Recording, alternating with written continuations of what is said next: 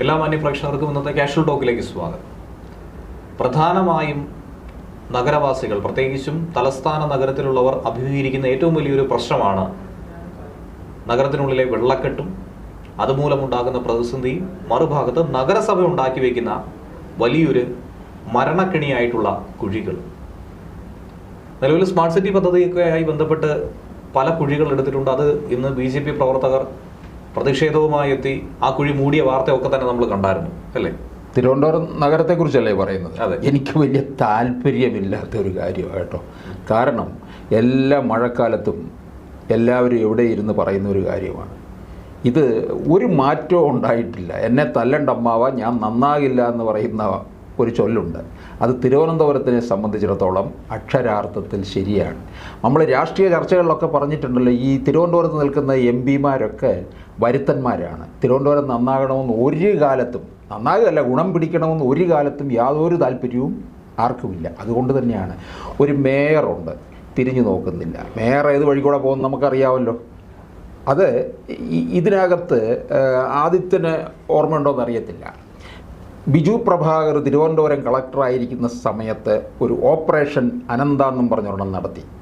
ഈ തിരുവനന്തപുരം നഗരത്തിലെ വെള്ളക്കെട്ട് മാറ്റാൻ വേണ്ടിയിട്ട് പല വഴികളിലൂടെ ഒക്കെ ഈ JCB ഉപയോഗിച്ച് നീക്കം ചെയ്ത് എന്നപ്പോൾ എന്താ, വൻ സ്ഥാപനങ്ങളിൽ, വൻ തോക്കുകളുടെ സ്ഥാപനങ്ങളുടെ പടിവാതിൽക്കൽ ചെന്ന് നിന്നു. അവിടെയൊക്കെ ഓടെ അടച്ചിരിക്കുകയാണ്. അവിടെ തന്നെ ഈ JCB നിന്നു, ബിജു പ്രഭാകറും നിന്നു. വമ്പന്മാരുടെയാണ്. വെള്ളക്കെട്ടുണ്ടായ സമയത്ത് ഓപ്പറേഷൻ അനന്തയെ കുറിച്ചുള്ള റിപ്പോർട്ടൊക്കെ പുറത്തു വന്നിട്ടുണ്ടായിരുന്നു. 9 വർഷക്കാലമായി. 9 വർഷത്തിന് മുൻപ് തന്നെ പറഞ്ഞിട്ടുള്ള ഒരു കാര്യമായിരുന്നു, തിരുവനന്തപുരം നഗരത്തിന്റെ ഈ ഒരു അവസ്ഥ മുന്നോട്ട് പോവുകയാണെങ്കിൽ വെള്ളക്കെട്ടുണ്ടാകും, വലിയ തോതിലുള്ള ഭവിഷ്യത്ത് അനുഭവിക്കേണ്ടി വരുന്നു. 10 വർഷക്കാലത്തോളം മുന്നേ കണ്ടെത്തിയ ഒരു പഠനമാണ്.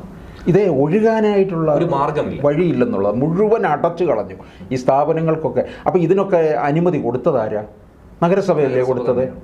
അപ്പോൾ ഇത് നോക്കണമല്ലോ. വെള്ളം ഒഴുകിപ്പോകാനുള്ള ഒരു സാധാരണക്കാരൻ ഒരു വീട് വെച്ച് കഴിഞ്ഞാൽ അവൻ്റെ നെടുകയും കുറുകയും അവനെ ഇട്ട് നഗരസഭ ഓഫീസിനകത്ത് കയറ്റി ഇറക്കി ഇവന്മാർ വാങ്ങാനുള്ളതെല്ലാം വാങ്ങിയിട്ടാണല്ലോ എന്തെങ്കിലുമൊക്കെ ഒപ്പിച്ചു കൊടുക്കുന്നത്.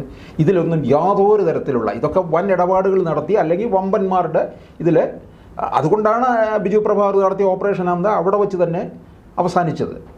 എല്ലാത്തിൻ്റെയും പടിവാതിൽക്കലാണ്. തമ്പാനൂർ പോയി നിൽക്കുക.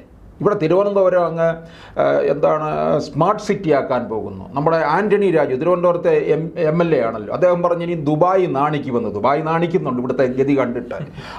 പിന്നെ ഇതൊക്കെ അങ്ങ് സ്മാർട്ടാക്കുമെന്നും പറഞ്ഞ്. സ്മാർട്ടാക്കുന്ന എന്താ, ഇവിടെ തിരുവനന്തപുരത്ത് വരുന്നവർ മഴക്കാലത്താണെങ്കിൽ റെയിൽവേ സ്റ്റേഷനിൽ ഇറങ്ങുമ്പോഴേ വസ്ത്രങ്ങളെല്ലാം ചരച്ച് കയറ്റാൻ തുടങ്ങും എന്ന ആ ഒരു അവസ്ഥയിലാണ്. ഇല്ലാതെ പറ്റത്തില്ല. അല്ലെങ്കിൽ വള്ളം വിട്ടുകൊടുക്കണം, അല്ലെങ്കിൽ ആ തരത്തിലുള്ള ടൂറിസത്തിലേക്ക് പോകും. അതായിരിക്കും നല്ലത് എന്നുള്ളതാണ് നിലവിലെ ഒരു അവസ്ഥയിൽ പറയുകയാണെങ്കിൽ. 10 വർഷക്കാലമായി ഈ റിപ്പോർട്ട് വന്നു എന്ന് പറയുന്നു.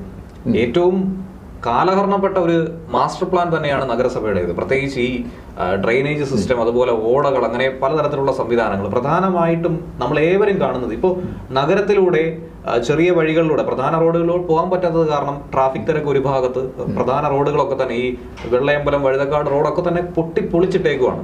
ഒരു വഴി സ്മാർട്ട് സിറ്റിയുടെ ഭാഗമായിട്ട് ഇത്രയും സ്മാർട്ടായിട്ട് ഇത്രയും മാസം ഇതിങ്ങനെ കുഴിച്ചിടാൻ പറ്റുമോ എന്നുള്ളത്. 3-ാം തീയതി സ്കൂൾ തുറക്കുകയാണ്. അതെ അതെ. ഈ കുട്ടികളൊക്കെ, ഞാൻ ആ ഹോളി ഏഞ്ചൽ സ്കൂളിന്റെ മുമ്പിലൂടെ ഒക്കെ പോയപ്പോഴേ കണ്ടു കേട്ടോ. ഇനി കുട്ടികൾ എങ്ങനെ ഈ ചെളിക്കകത്തൂടെ ചാടിക്കടക്കുമോ അതോ അതിനകത്തൂടെ എഴഞ്ഞഴഞ്ഞു പോകുമോ? ഒരു സാമാന്യ ബോധമില്ല ഇവർക്ക്. ജൂൺ 1-ാം തീയതി സ്കൂൾ തുറക്കും എന്നുള്ള ഇവർക്കാർക്കും അറിയത്തില്ലേ? അതോ ശിവൻകുട്ടി അതൊക്കെ മറന്നുപോയോ? ശിവൻകുട്ടിയെ, ആൻ്റണി രാജു, ഇങ്ങനെ കുറേ പേരുണ്ട് തിരുവനന്തപുരത്തിൻ്റെ. എന്നിട്ട് വലിയ മഴക്കാലപൂർവ്വ ശുചീകരണം നടത്തിയിട്ടില്ല വേണ്ട രീതിയിൽ. ഇപ്പം കേന്ദ്രം രാജീവ് ചന്ദ്രശേഖർ അത് വെളിപ്പെടുത്തി. എത്ര 200 കോടി തിരുവനന്തപുരം. ഇന്ത്യയിലെ തന്നെ 9 നഗരങ്ങളെ തെരഞ്ഞെടുത്തിട്ടുണ്ട്. വെള്ളക്കെട്ടിൽ മുങ്ങിപ്പോകുന്ന, വെള്ളപ്പൊക്കം ഉണ്ടാകുന്ന നഗരങ്ങളെ തെരഞ്ഞെടുത്ത് അതിനുവേണ്ടി വെള്ളപ്പൊക്ക ദുരന്ത നിവാരണ അതോറിറ്റി ഇതിനെ പറയാൻ പറ്റത്തില്ല, വെള്ളക്കെട്ടാണ്. അതേതാണ്ട് നമ്മുടെ ഈ പഴവങ്ങാടി ഗണപതി അമ്പലത്തിലൊക്കെ ഒരിക്കലും പൂജാരി വള്ളത്തിൽ കയറിയാണ് വന്നത് നട തുറക്കാനായിട്ട്, ഈ വെള്ളക്കെട്ട് കാരണമൊക്കെ ആയിട്ട്. കാരണം അവിടെ മുഴുവൻ ഈ കെട്ടിടങ്ങൾ വന്ന് കൂടിക്കൂടി. അടുത്ത വർഷം ഇത് തന്നെ ഉണ്ടാകും. ഇത് ശാശ്വതമായി പരിഹരിക്കാൻ ഇവർക്ക് സാധിക്കത്തില്ല എന്നുള്ളത് ഉറപ്പായിട്ടുള്ള കാര്യമാണ്. ഇപ്പം കേന്ദ്രം 200 കോടി അല്ലേ? അതെ, 200 കോടി ഈ മാസത്തിനകം റിപ്പോർട്ട് കൊടുക്കണമെന്ന് പറഞ്ഞിട്ടുണ്ട്.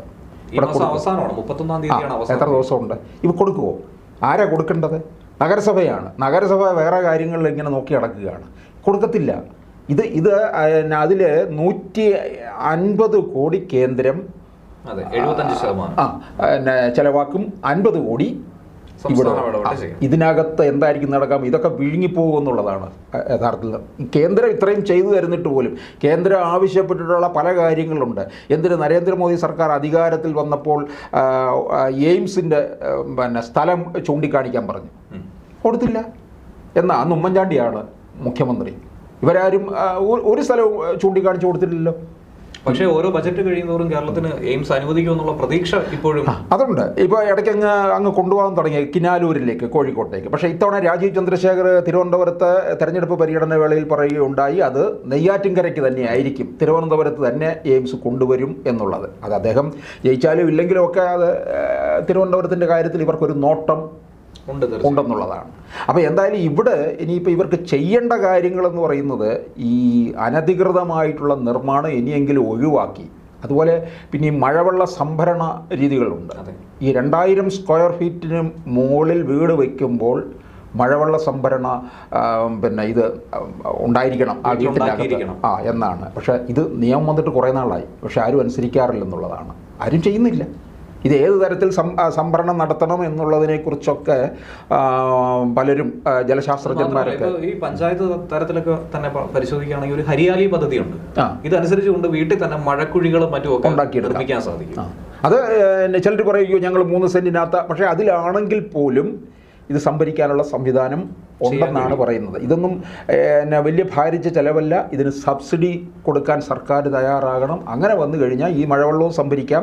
ഇത് മുഴുവൻ ഇങ്ങനെ റോഡിലേക്ക് ഒഴുക്കി വിടുക, ഇങ്ങനെയുള്ള കാര്യങ്ങളൊക്കെ അങ്ങ് ഒഴിവാക്കുകയും ചെയ്യാം. അതങ്ങനെ വരുമ്പോഴാണ് ഈ തിരുവനന്തപുരത്ത് തിരുവനന്തപുരത്ത് എന്ന് പറഞ്ഞാൽ ഒരുപാട് വയലുള്ള പ്രദേശങ്ങളൊക്കെ ഉണ്ട്. ഇപ്പോൾ എടപ്പഴഞ്ഞി, ജഗതി, പിന്നെ നീറമൺകര, ഈ ഭാഗങ്ങളൊക്കെ വയലൊക്കെ ആയിരുന്നു. ഈ വയൽ നികത്തിയാണ് വീട് വെച്ചത്. അതിൻ്റെയൊക്കെ ഒരു ഇതാണ് അതിനകത്ത് കാണുന്നത്.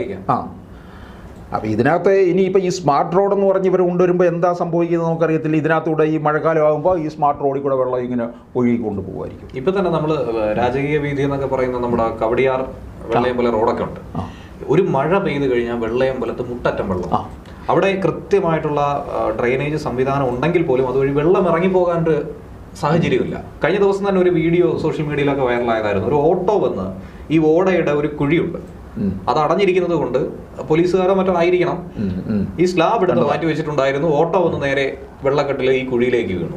ഇതുപോലുള്ള അവസ്ഥ തിരുവനന്തപുരം നഗരത്തിൽ പലയിടത്തും സംഭവിക്കുന്നുണ്ട്. പക്ഷേ പരിചയമില്ലാത്തവർക്ക് വണ്ടി 2 വീലർ ആയാലും 4 വീലർ ആയാലും ഓടിച്ചു പോകാൻ ബുദ്ധിമുട്ടാണ് മഴക്കാലത്ത്. ഇവിടെ പരിചയമുള്ളവർ അപകടത്തിൽപ്പെട്ടു പോകും. ഇനി ഏറ്റവും വലിയ അപകടം ഇരിക്കുന്നത് ഇനി അടുത്ത മാസം 1-2 ദിവസങ്ങൾ മാത്രമേ ഇനി ബാക്കിയുള്ളൂ.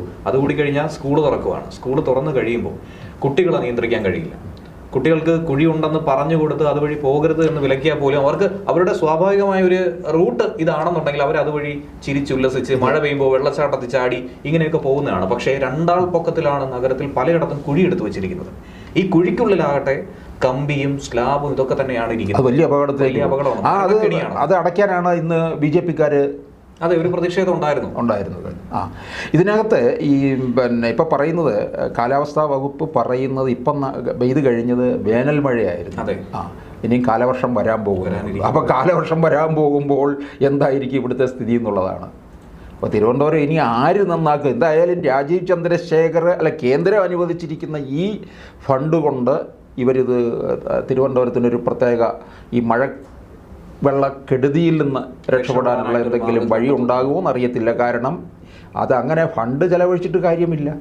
ഈ അനധികൃത നിർമ്മാണം ഒഴിവാക്കണം.